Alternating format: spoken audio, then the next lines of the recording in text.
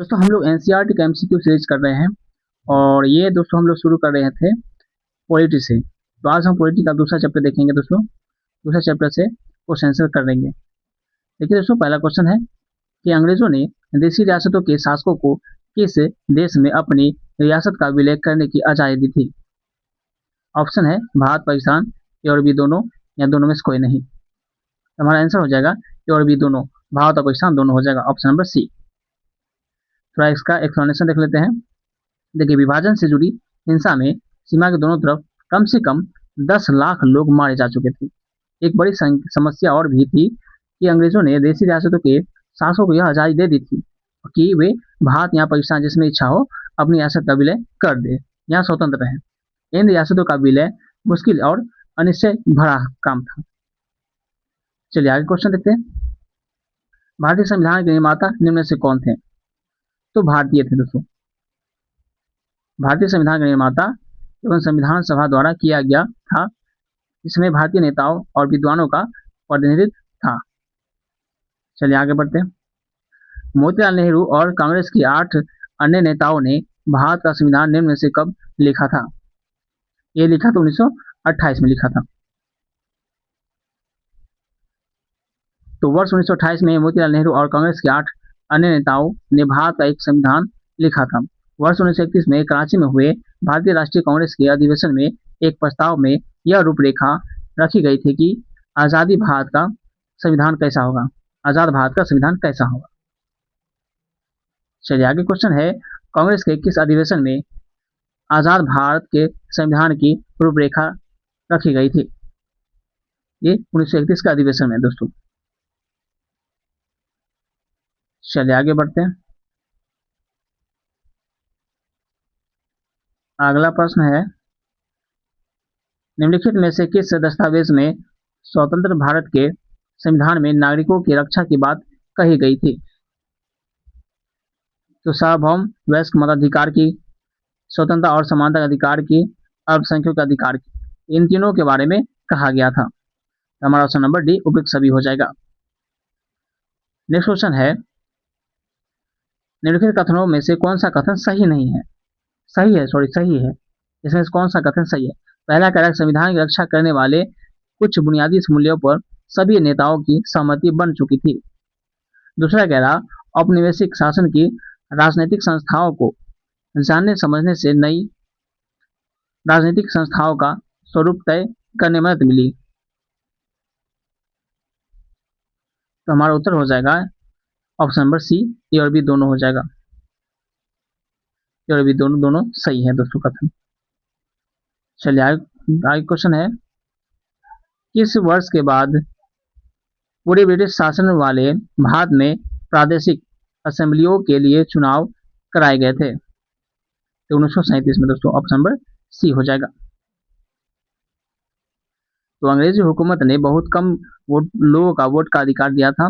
इसके आधार पर अंग्रेजों ने जिस विधायिका गठन किया गया था वह बहुत कमजोर थी। तो वर्ष 1937 के बाद पूरे ब्रिटिश शासन वाले भारत में प्रादेशिक असेंबलियों के लिए चुनाव कराए गए थे। इनमें बड़ी सरकारें पूरी तरह लोकतांत्रिक नहीं थी। चलिए आगे बढ़ते हैं। आगे प्रश्न है, 1937 के बाद विधानसभा में जाने और काम करने का अनुभव भारतीयों के लिए कैसा रहा। तो लाभदायक था दोस्तों। अगला प्रश्न है, भारतीय नेताओं ने संविधान निर्माता किस किस भारतीय नेताओं ने संविधान निर्माण के समय निम्न में से किन देशों के प्रावधानों को अपनाया था।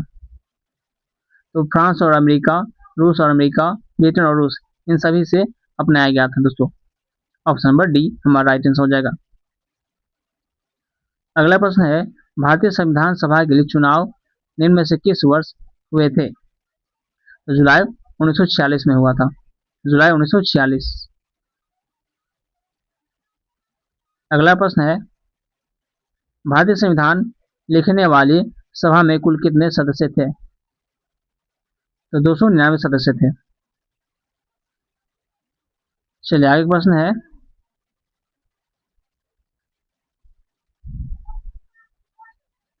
अगला प्रश्न है दोस्तों, भारतीय संविधान द्वारा भारतीय संविधान सभा द्वारा 50 साल से भी पहले बनाए संविधान को हम मानते हैं क्योंकि यह अपने समय की व्यापक सहमतियों को व्यक्त करता है।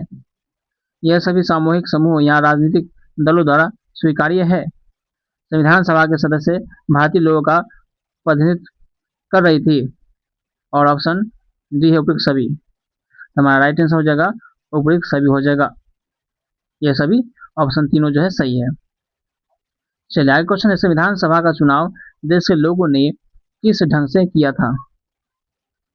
तो संविधान सभा का चुनाव जो है वो अप्रत्यक्ष ढंग से किया था, यानी इनडायरेक्टली किया था। चलिए आगे प्रश्न देखते हैं। निम्न विकल्पों में से कौन सा कथन असत्य है, यानी असत्य गलत बताना है। इसमें से कौन सा कथन जो है वो गलत है? संविधान सभा में भारतीय राष्ट्रीय कांग्रेस के सदस्यों का प्रभुत्व था। दूसरा क्या, संविधान सभा के सभी सदस्य कांग्रेस के विचारों से सहमत थे। तीसरा, सामाजिक रूप से संविधान सभा में सभी समूह, जाति, वर्ग, धर्म और पेशों के लोग थे। और चौथा ऑप्शन डी है कि भारतीय संविधान सभा का गठन सार्वभौम वयस्क मताधिकार के जरिए नहीं हुआ था। तो हमारा ऑप्शन नंबर बी जो है गलत हो जाएगा। संविधान सभा के सभी सदस्य कांग्रेस के विचारों से सहमत हैं, ये गलत हो जाएगा। चलिए आगे बढ़ते हैं। संविधान के प्रारूप की प्रत्येक धारा पर कितने दिनों तक चर्चा हुई? ये हुई थी 114 दिन तक चर्चा हुई थी दोस्तों। संविधान सभा में पेश हर प्रस्ताव, हर शब्द और वहां कही गई बात, हर बात को रिकॉर्ड कर किस नाम से 12 मोटे मोटे खंडों में प्रकाशित किया गया? ये किया गया कॉन्स्टिट्यूंट असेंबली डिबेट्स में। कॉन्स्टिट्यूंट असेंबली डिबेट्स में शामिल किया गया, प्रकाशित किया गया। Option number A right answer हो जाएगा। चलिए आगे प्रश्न है, 3 जून 1947 की योजना के अनुसार विभाजन के बाद संविधान सभा के वास्तविक सदस्यों की संख्या 389 से घटकर कितनी रह गई? 299 रह गया, 299। ऑप्शन नंबर डी हो जाएगा। चलिए आगे प्रश्न है, विभाजन के बाद संविधान सभा में कांग्रेस को कितनी प्रतिशत सीटें प्राप्त थी? 82% प्राप्त थी। Option number C right answer हो जाएगा। चलिए आगे प्रश्न है,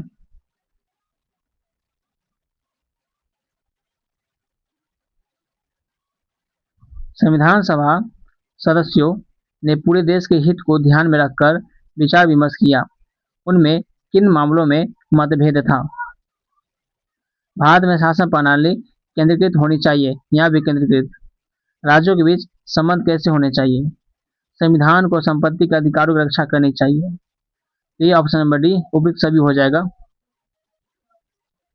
चलिए आगे प्रश्न है, संविधान का वह केवल एक प्रावधान कौन सा है जो लगभग बिना किसी वाद विवाद के पास हो गया? धार्मिक अधिकार, संपत्ति का अधिकार, सार्वभौमिक मताधिकार या फिर रियासतों को भारत के राज्य क्षेत्र में शामिल करने का अधिकार? तो कौन सा प्रावधान था जो लगभग बिना किसी वाद विवाद से पास हो गया था? तो वो है दोस्तों हमारा सार्वभौमिक मताधिकार। चलिए दोस्तों आगे बढ़ते हैं। संविधान सभा में विभिन्न मुद्दों के लिए कितनी कमेटियां थी? तो कुल 8 कमेटियां थी। चलिए आगे बढ़ते हैं। संविधान सभा की बैठक कितने दिन चली? 166 दिन चला। अगला प्रश्न है, भारतीय संविधान का दर्शन इनमें से कौन सा है? तो प्रस्तावना है दोस्तों। ऑप्शन नंबर सी हो जाएगा राइट आंसर। चलिए आगे प्रश्न है, भारतीय संविधान निर्माताओं की सूची में कौन नहीं था? तो महात्मा गांधी नहीं थे। Option number B right answer हो जाएगा। चलिए अगला प्रश्न है, भारत की संविधान सभा इतनी विविधतापूर्ण थी तो उन सिद्धांतों पर उनकी आम सहमति कैसे बनी? तो राष्ट्रीय आंदोलन की विरासत के सिद्धांतों से बनी। Option number C right answer हो जाएगा। आगे प्रश्न है,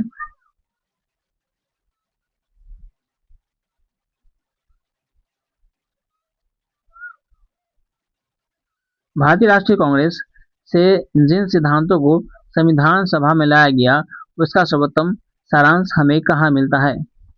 इनका मिलता है दोस्तों उद्देश्य प्रस्ताव मिलता है। Option number C right answer हो जाएगा। संविधान के मौलिक प्रस्ताव किससे प्रेरित थे? ये थे उद्देश्य प्रभाव से थे। आगे प्रश्न है, संविधान को प्रभावी बनाने के लिए किससे संतुलित ढंग से व्यवस्थित किया गया था? तो सरकारी संस्था से किया। Option number B right answer हो जाएगा।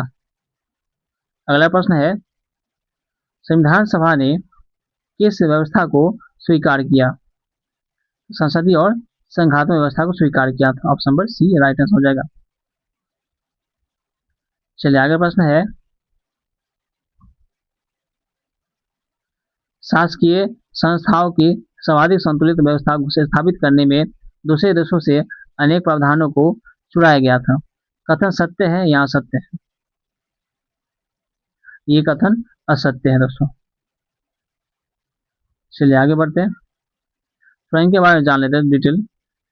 हमारे संविधान निर्माताओं ने अन्य संवैधानिक परंपराओं से कुछ ग्रहण करने से भी कोई परहेज नहीं किया।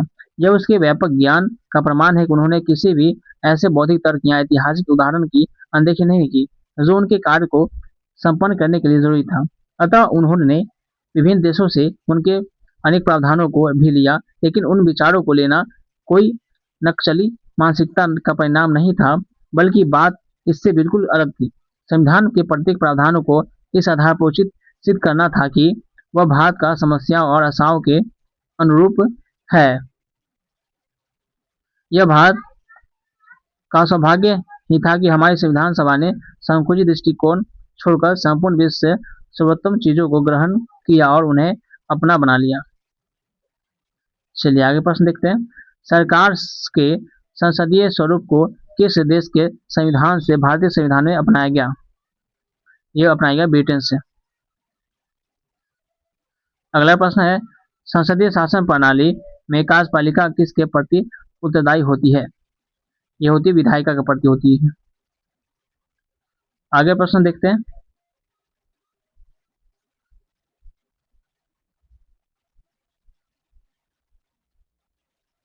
सरकार का अर्धसत्तात्मक संघात्मक स्वरूप किस देश के संविधान से भारत के संविधान में अपनाया गया है? ये कनाडा से लिया गया दोस्तों। अगला प्रश्न है, दिए गए विकल्पों में से कौन सा कथन असत्य है? संघीय शासन प्रणाली में दो प्रकार की सरकारें होती है। संघीय शासन प्रणाली दो प्रकार के सदनों की व्यवस्था होती है। संघीय शासन प्रणाली पर राज्यों की स्थिति मजबूत होती है। संघीय शासन प्रणाली का अर्ध संघात्मक स्वरूप कनाडा और भारत में दिखाई देता है। तो इसका राइट आंसर हो जाएगा ऑप्शन नंबर सी। ये गलत हो जाएगा। ये संघीय शासन प्रणाली राज्यों की स्थिति मजबूत नहीं होती, यहाँ लिखा मजबूत होती है। अगला प्रश्न है, अध्यक्षात्मक शासन प्रणाली किस देश के संविधान की विशेषता है? यह अमेरिका का दोस्तों। चलिए आगे बढ़ते हैं, दिए गए विकल्पों में से कौन सा कथन असत्य है? इसमें से बताने कौन सा कथन गलत है। अमेरिका का कार्यकारी और संवैधानिक प्रमुख राष्ट्रपति होता है। दूसरा है, भारत में कार्यकारी प्रमुख प्रधानमंत्री और संवैधानिक प्रमुख राष्ट्रपति होता है। तीसरा है कि अध्यक्षीय शासन प्रणाली में शक्ति का पृथक्करण होता है। चौथा, अध्यक्षीय शासन प्रणाली ब्रिटेन का आदर्श विशेषता है। हाँ, ऑप्शन नंबर डी हमारा राइट आंसर हो जाएगा। क्वेश्चन क्या पूछ रहा था? क्वेश्चन पूछ रहा था कि दिए गए विकल्प में कौन सा कथन असत्य यानी गलत। ऑप्शन नंबर हमारा डी वाला गलत हो जाएगा। चलिए आगे बढ़ते हैं, भारत के संविधान में राज्यों के नीति निर्देशक तत्व के सिद्धांत को किस देश के संविधान से लिया गया है? इसे आयरलैंड के संविधान से लिया गया है। आगे प्रश्न है, भारत के संविधान में मौलिक अधिकारों की सूची को किस देश के संविधान से लिया गया? तो मौलिक अधिकार लिया गया अमेरिका के संविधान से। भारत के संविधान में स्वतंत्रता, समानता और बंधुत्व का सिद्धांत किस देश के संविधान से लिया गया है? तो ये फ्रांस के संविधान से लिया गया दोस्तों। चलिए आगे बढ़ते हैं, भारत के संविधान में संवैधानिक सूची की अवधारणा किस देश के संविधान से ली गई है? ये लिया गया ऑस्ट्रेलिया के संविधान से लिया गया है। चलिए आगे बढ़ते हैं। अगला प्रश्न हो गया हमारा, आपातकाल की अवधारणा को किस देश के संविधान से भारत के संविधान में लिया गया है? ये जर्मनी से लिया गया दोस्तों। आपातकाल जो है वो जर्मनी के संविधान से लिया गया है। चलिए आगे प्रश्न है, भारतीय संविधान में संशोधन का प्रावधान किस देश के संविधान से लिया गया है? तो संशोधन लिया गया दोस्तों दक्षिण अफ्रीका से लिया गया है। अगला प्रश्न है, भारत के संविधान में राज्यसभा के सदस्यों के चुनाव का प्रावधान किस देश के संविधान से लिया गया है? तो ये लिया गया दक्षिण अफ्रीका से लिया गया। ऑप्शन नंबर बी हमारा राइट आंसर हो जाएगा। आगे प्रश्न है, भारत के संविधान में गणतंत्र की अवधारणा किस देश के संविधान से ली गई है? तो गणतंत्र की अवधारणा जो लिया गया वो फ्रांस के संविधान से लिया गया दोस्तों। तो दोस्तों आज हमारा ये चैप्टर दूसरा कंप्लीट हो गया। अब मिलते हैं दोस्तों आगे अगले वीडियो में।